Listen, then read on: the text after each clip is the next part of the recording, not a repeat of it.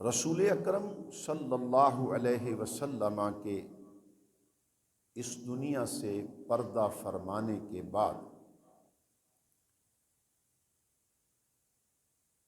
حضور نبی کریم صلی اللہ علیہ وسلم نے جن مقدس صحابہ کی جماعت کو چھوڑا، ان میں سے ہر ایک بزرگ، ہر ایک صحابی اس عظمت کا حامل اور اس کردار کا حامل تھا کہ رسول اللہ صلی اللہ علیہ وسلم کی یہ حدیث دنیا میں مشہور ہے۔ حضور نے فرمایا، الصحابی کالنجوم فبأیہم اقتدیتم اہتدیتم۔ میرے صحابہ امت میں ستاروں کے مانند ہیں، تم جس کے پیچھے چلو گے، جس کی بھی پیروی کرو گے، اللہ تمہیں ہدایت نصیب فرمائے گا۔ یعنی گویا آپ کی تربیت سے، اللہ علیہ کے فضل سے اسلام کے لیے سب سے اول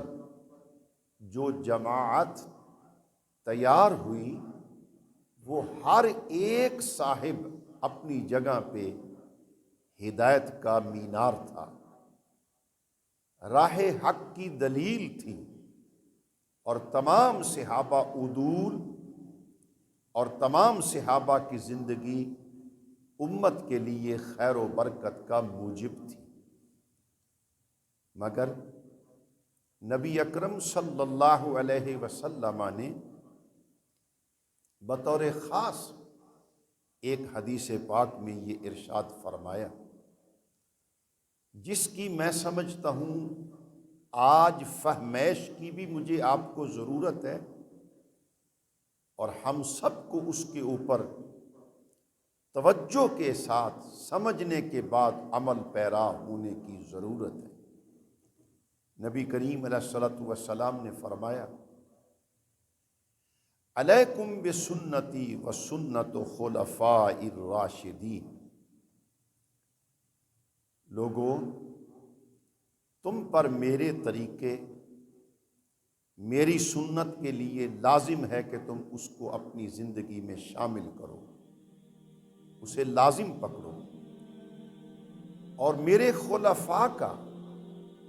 جو میرے بعد میرے جانشین ٹھہرے، ان کی سنت، ان کا طریقہ تم پر لازم ہے۔ ہم یہ حدیث عام طور پر سنتے بھی ہیں، بیان بھی کی جاتی ہے،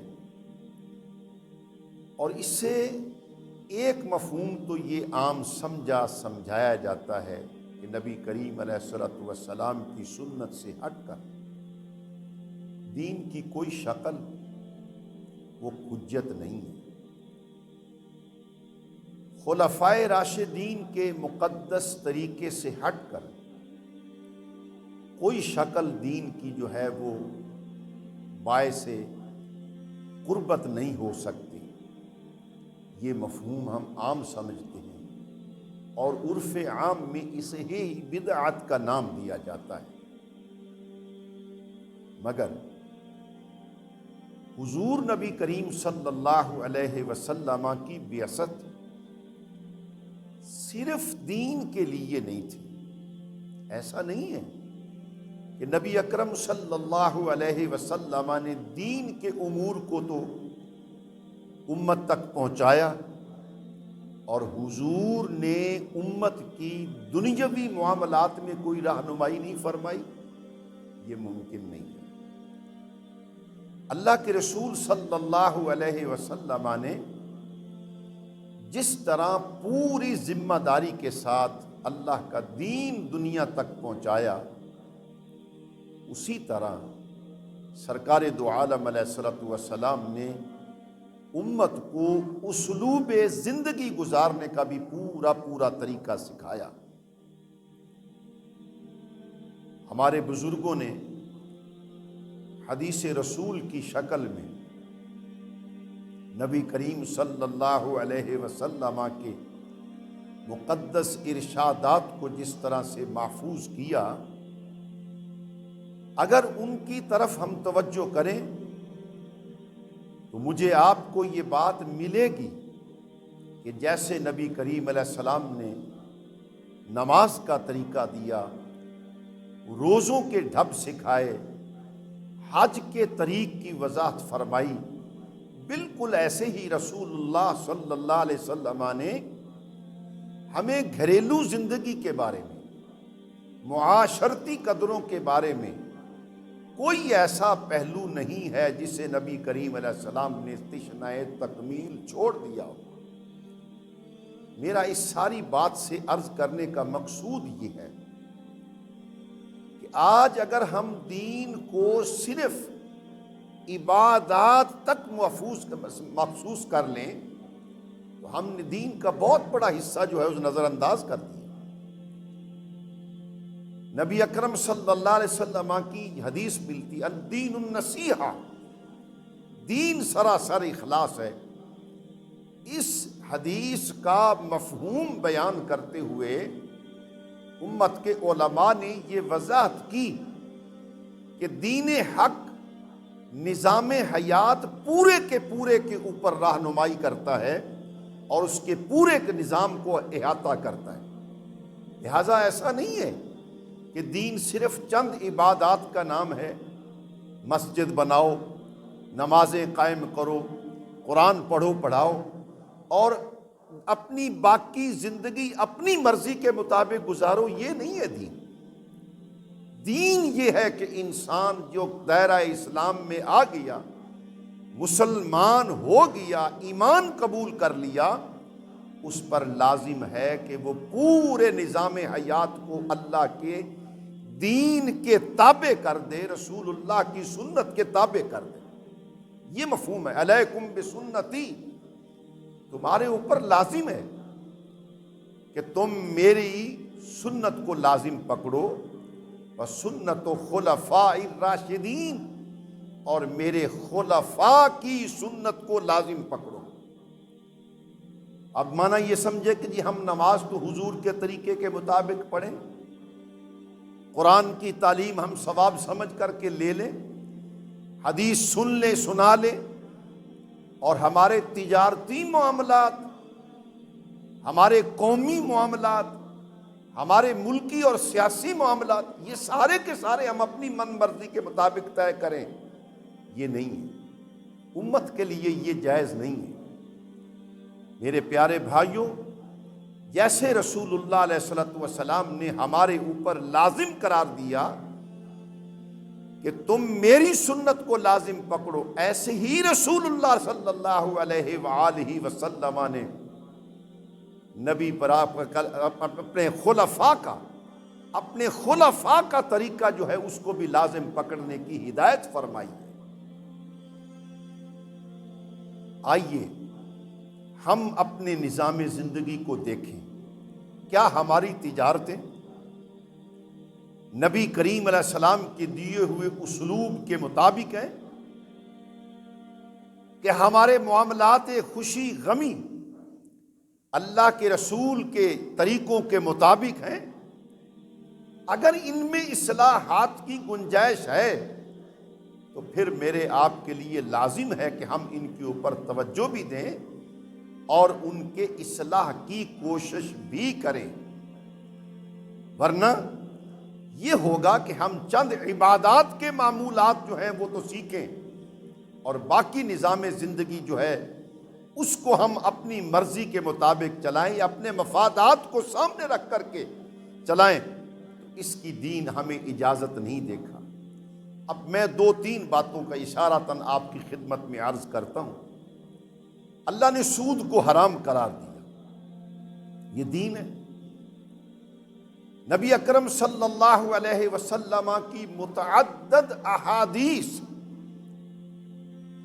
یہ واضح کرتی ہیں کہ سودی نظام زندگی جو ہے، نظام تجارت جو ہے، وہ کسی طرح سے بھی لوگوں کے لیے خیر خواہی کا باعث نہیں ہو سکتا۔ آپ آج دنیا کی انصاف کے ساتھ، میں آپ علیحدہ بیٹھ کر کے، اکیلے بیٹھ کر کے اس کے اوپر سوچیں، پڑھیں۔ پوری دنیا نظام سود میں جکڑی ہوئی ہے۔ نتیجہ یہ ہے کہ پوری دنیا کا نظام معیشت باوجود دولت کی ریل پیل کے، باوجود اس کے کہ دنیا میں پیسہ ایک عام چیز ہو گئی ہے، مگر اس کے باوجود نظام زندگی وہ مفلوج سے مفلوج تر ہوتا چلا جا رہا ہے، جس کا اس وقت شکار میرا آپ کا وطن عزیز بھی ہے۔ ہمیں آزاد ہوئے ہمارے بزرگوں کی کاوشوں کے نتیجے میں کہنے کو 75 سال ہو گئے، اور 75 سال کا عرصہ یہ صدی کو چھو رہا ہے۔ اتنے طویل عرصے میں جو قومیں اپنے ملک کے لیے، قوم کے لیے مخلص ہوتی ہیں، وہ کہیں سے کہیں چلی جاتی ہیں۔ ہمارے اطراف میں پھیلے ہوئے دنیا کے ممالک، خواہ وہ مسلم ہیں یا غیر مسلم ہیں، بحث اس سے نہیں ہے۔ آپ ان کے نظام معیشت کو دیکھیں، وہ کہاں سے کہاں تک پہنچ گئے، مگر پاکستان کا نظام معیشت آج بالکل ڈھیر ہو رہا ہے۔ اس کا سبب ایک ان میں اسباب میں، جو باقی اسباب ہیں جن پر میں تبصرہ نہیں کرتا، ان میں سے ایک سبب بہت بڑا جو ہے وہ یہ ہے کہ ہم نے نظام سود کو قبول کیا ہے، اس کا دفاع کیا، اس کو اپنے ملک میں، اپنی قوم میں رائج کیا، جس کے نتیجے میں آج دنیا کے ساتھ ہم اس بھاگ دوڑ میں شریک ہونے کی بجائے ہمیں روٹی کی فکر پڑ گئی ہے۔ میرے پیارے بھائیوں، کیا قرآن مقدس نے، کیا رسول اللہ صلی اللہ علیہ وسلم کی پاک احادیث نے ہمیں اس امر کی نشاندہی نہیں کی کہ نظام سودی، یہ لین دین کے معاملات جو ہیں، یہ اللہ رسول کے ساتھ جنگ ہے۔ اب جو قوم، جو خطہ نظام زندگی میں اللہ کے ساتھ جنگ کرے گا، رسول اللہ علیہ السلام کے نظام کے ساتھ ٹکرائے گا، مجھے بتاؤ کہ اسے استحکام کیسے نصیب ہوگا۔ یہ پہلی میری آج کی معروضات میں ہلکا سا اشارہ آپ کو عرض کرنے کا مقصود ہے کہ ہمیں اس کے اوپر سوچنا ہے۔ اللہ کرے کہ ہمارے وہ ارباب جن کو اللہ سبحانہ نے ملک میں، قوم میں بسط و کشاد کی قوت عطا کی ہے، قوت نافذہ عطا کی ہے، وہ اس کے اوپر اگر غور کریں تو ہمارا نظام بہت زیادہ بہتر ہو سکتا ہے۔ نمبر 2، آج ہمارا سیاسی پس منظر جس طرح کا ہمیں مخدوش اور ڈولتا نظر آ رہا ہے، جس کے سبب سے قوم اس وقت ایک کربناک اذیت سے گزر رہی ہے، ہمارے لیے ضروری ہے کہ ہم اپنے اسلاف کی تاریخ کو پڑھیں۔ حضور نے فرمایا کہ لوگو تم پر میری سنت، میرا طریقہ لازم ہے۔ کیا رسول اللہ صلی اللہ علیہ وسلم کی اولاد امجاد نہیں تھی؟ نبی کریم صلی اللہ علیہ وآلہ وسلم اپنے انتقال کے بعد اپنے لیے کسی کی جانشینی کا اشارہ دے سکتے تھے، مگر حضور سید عالم علیہ السلام کے لیے ذاتی خواہش کی بجائے حضور کے سامنے اللہ کا دین تھا۔ آپ نے امت کے لیے ان افراد کی نشاندہی فرمائی جو اللہ کے دین کو سنبھالا دے سکتے تھے، جو امت کو سنبھالا دے سکتے تھے، اور اسی کے تحت سیدنا صدیق اکبر رضی اللہ تعالی عنہ کا انتخاب صحابہ نے حضور کے بعد کیا۔ اب میں یہاں بالکل دو دو لفظ کر کے آپ کی خدمت میں عرض کرتا ہوں، اور آپ ہمارا آج کا ماحول دیکھ لیں کہ آج کس کرم سے قوم کس اذیت سے گزر رہی ہے، اور ہمارے اوپر حکومتیں کرنے والے لوگ جو ہیں ان کی سوچ کیا ہے۔ سیدنا ابو بکر صدیق رضی اللہ تعالی عنہ کا خطبہ خلافت آج بھی دنیا کے ریکارڈ پر موجود ہے، اور ہماری اسلام سے متعلق تاریخ کی ہر کتاب میں اس کو درج کیا گیا ہے۔ آپ کے خطبے کا ایک درجہ، ایک جو ارشاد تھا وہ یہ تھا کہ صحابہ کو حضور حضرت سیدنا ابو بکر صدیق خطبہ ارشاد فرمانے کے لوگوں، تم نے مجھے یہ ذمہ داری دے دی ہے جس کو میں اپنے لیے بہت بڑا بوجھ تصور کرتا ہوں۔ آج ہمارا معمولی سا سیاسی کینڈیڈیٹ وہ اپنی اہلیت کو لوگوں کے اوپر واضح کرتا ہے کہ میں جی بڑا دیانتدار ہوں، میں بڑا پڑھا لکھا ہوں، میں نظام زندگی کو سمجھتا ہوں، میں نظام سیاست کو سمجھتا ہوں، میں ملکی نظام کو سمجھتا ہوں، آپ کے ووٹ کا زیادہ حقدار میں ہوں۔ ابو بکر رضی اللہ تعالی عنہ آپ ارشاد فرماتے ہیں کہ آپ لوگوں نے مجھے یہ ذمہ داری دے دی ہے جو میرے لیے بہت بڑی ذمہ داری، بہت بڑا بوجھ ہے۔ اگر میں تمہیں دین اسلام کے تحت، اللہ رسول کے حکم کے تحت حکم دیتا رہوں تو تم پر میری اطاعت واجب ہے، تم پر ذمہ داری ہے کہ میرے فرمان کو قبول کرو اور اس پر عمل کرو۔ اور حضرت سیدنا ابو بکر صدیق رضی اللہ تعالی عنہ نے فرمایا، صحابہ کو فرمایا، اگر میں تمہیں اللہ اور اس کے رسول کے حکم کے خلاف کوئی حکم دوں تو تم پر میری اطاعت واجب نہیں ہے۔ میں آپ کی خدمت میں عرض کروں، اس سے بڑی قانون کی پاسداری کیا ہوگی؟ اب یہ خلیفہ رسول کا یہ محض سیاسی ایک نعرہ نہیں تھا کہ آپ وقت کو گین کر رہے تھے، آپ لوگوں کے دل جیت رہے تھے، ایسا نہیں تھا، آپ نے زندگی میں اسے نافذ کر کے دکھایا۔ میرے پیارے بھائیوں، جب تک ہمارے اوپر آنے والے لوگوں کی سوچ ابو بکر رضی اللہ تعالی عنہ کے اس نقطے پر نہیں آتی تو پھر اس وقت تک نظام زندگی کو سنبھالا دینا، ملکی نظام کو راہ راست پر چلانا، یہ بہت ناممکن صورت ہے۔ حضرت ابو بکر صدیق رضی اللہ تعالی عنہ کے اولاد بھی موجود تھی، آپ کا انتقال ہوتا ہے، آپ نے تو کسی اپنے بچے کے لیے، اپنے کسی عزیز کے لیے یہ راستہ نہیں پیدا کیا کہ میری جانشینی کے طور پر یہ آ جائے، بلکہ سیدنا ابو بکر صدیق رضی اللہ تعالی عنہ نے اپنے بعد سمجھا، کردار کے اعتبار سے، بصیرت کے اعتبار سے، فراست کے اعتبار سے، دیانتداری کے اعتبار سے، دین کے ساتھ اخلاص کے اعتبار سے کہ میرے بعد اگر قوم کو کوئی سنبھال سکتا ہے اور کفر کے سامنے کھڑا ہو سکتا ہے تو وہ اللہ کا شیر عمر ابن خطاب رضی اللہ تعالی عنہ ہے۔ سیدنا عمر رضی اللہ تعالی عنہ نے نظام حکومت کو سنبھالا۔ میں اس میں یہ آپ کی خدمت میں عرض کرنا، جب سیدنا عمر رضی اللہ تعالی عنہ کا انتقال کا وقت قریب آتا ہے، آپ نے 10 سال سے زائد عرصہ اسلام کی حکومت کو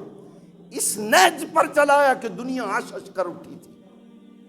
دنیا حیران ہو گئی تھی کہ عرب کے یہ بدو جو کسی تہذیب سے واقف نہیں تھے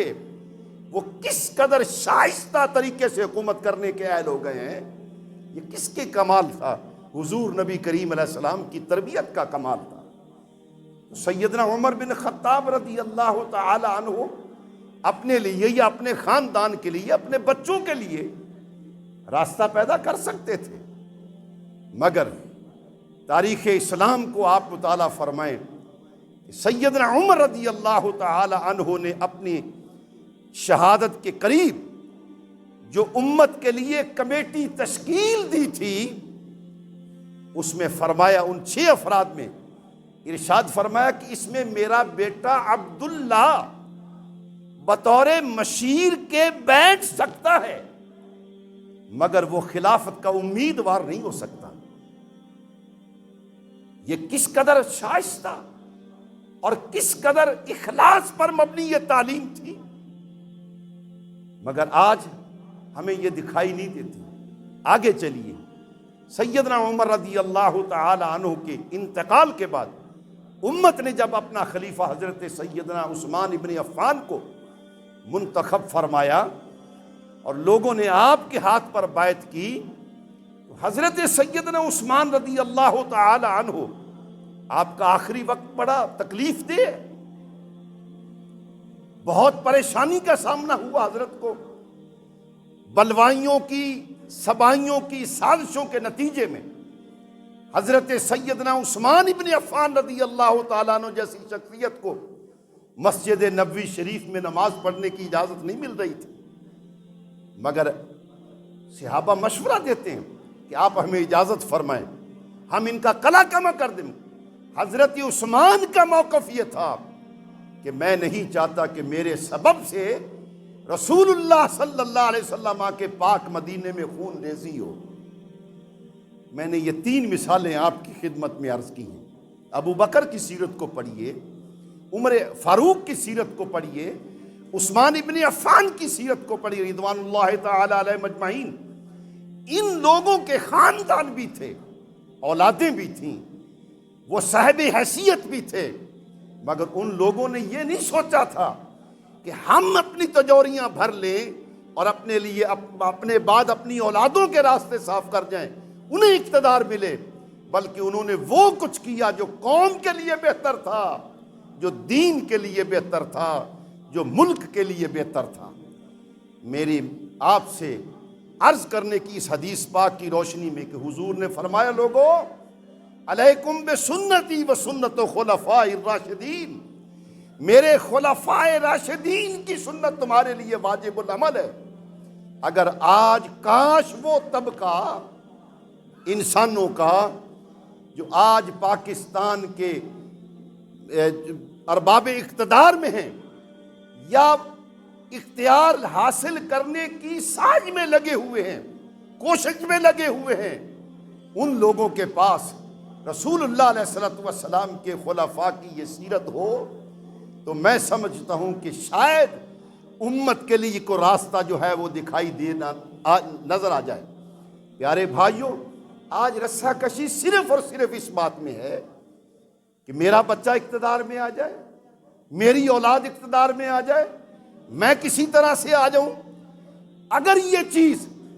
جب تک یہ نفسانیت کا افریط نہیں نکلتا لوگوں کے ذہن میں سے، ملک کے لیے راستہ پیدا ہونا یہ بہت محال ہے، نظام معیشت کو سنبھالا دینا یہ بہت محال ہے۔ میں نے بات عرض کی تھی، میرے بھائیوں کو تلخی بھی بڑی آئی، میں نے سامنا کیا اس کا۔ میں پوچھتا ہوں، آج اس وقت میں ہم لوگ اپنے اپنے گھروں میں بیٹھے، کوئی انگیٹھی تپا رہا ہے، کوئی ہیٹر لے رہا ہے، کوئی کہیں سے، آپ سوچیں نا ان بھائیوں کے لیے جو آج سے 6 ماہ قبل سیلاب کی زد میں آگے اور ننگے آسمان کے تلے آج بھی بیٹھے ہوئے ہیں، اور وہ لوگوں کی انتظار میں ہیں کہ کوئی آ کر کے ہمیں سہارا دے دے۔ کیا کریں ہم؟ اس لیے ضروری ہے کہ قوم سوچے اسی نہج پر جس نہج کا جو ہے راستہ نبی کریم صلی اللہ علیہ وآلہ وسلم نے ارشاد فرمایا تھا، جس نہج کے اوپر نبی کریم علیہ السلام نے اپنے خلفاء کو کھڑا کیا تھا۔ پیارے بھائیوں، امت کو ضرورت ہے کہ دین کی طرف آئے، دین کو سمجھے، دین کو اپنا لے، تو سارے نظام زندگی کا جو ہے نکھار ہمارے سامنے آ جائے گا۔ ورنہ یہ ایک گرداب ہے، اس میں ہم جتنا بھی پاؤں ہلائیں گے ہم دستے چلے جائیں گے، اس میں سے نکلنے کی کوئی سبیل پیدا ہوتی نظر نہیں آتی ہے۔ میرا آپ کا ملک وطن عزیز پاکستان، اللہ اس کی خیر کرے، اللہ اس کی حفاظت فرمائے، اللہ میری نسل کی حفاظت فرمائے۔ وطن عزیز پاکستان کے لیے آج ضرورت ہے کہ ہم ان مقدس خلفاء کی زندگی کو اپنائیں۔ اللہ کے رسول صلی اللہ علیہ وسلم نے ارشاد فرمایا علیکم بسنتی و سنت خلفاء الراشدین، لوگو تم پر لازم ہے کہ میرے طریقے کو اختیار کرو۔